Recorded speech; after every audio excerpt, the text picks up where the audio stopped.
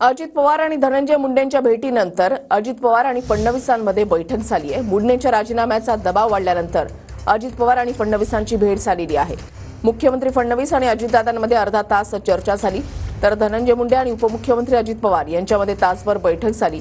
बैठकांमध्ये राजीनाम्यावर चर्चा झाल्याचं सूत्रांकडून कळतंय। धनंजय मुंडेंसोबतच्या बैठकीनंतर उपमुख्यमंत्री अजित पवारांनी मुख्यमंत्री फडणवीसांची भेट घेतली। मुख्यमंत्री फडणवीस आणि उपमुख्यमंत्री अजित पवारांमध्ये जवळपास अर्धा तास बैठक झाली। धनंजय मुंडेंच्या राजीनाम्याचा दबाव वाढल्यानंतर दादा आणि फडणवीसांमध्ये बैठक झाली। फडणवीसांसोबतच्या बैठकीआधी धनंजय मुंडे आणि अजित पवारांची बैठक झाली। उपमुख्यमंत्री अजित पवारांसोबत मंत्री धनंजय मुंडेंची तासभर बैठक झाली।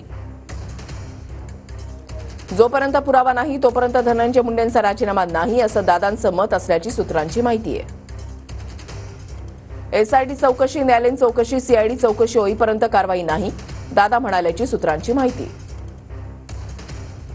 तिन्ही चौकशीमध्ये जो दोषी असेल त्यावर कारवाई करणार असल्याचं दादा म्हणालेत, अशी सूत्रांची माहिती आहे।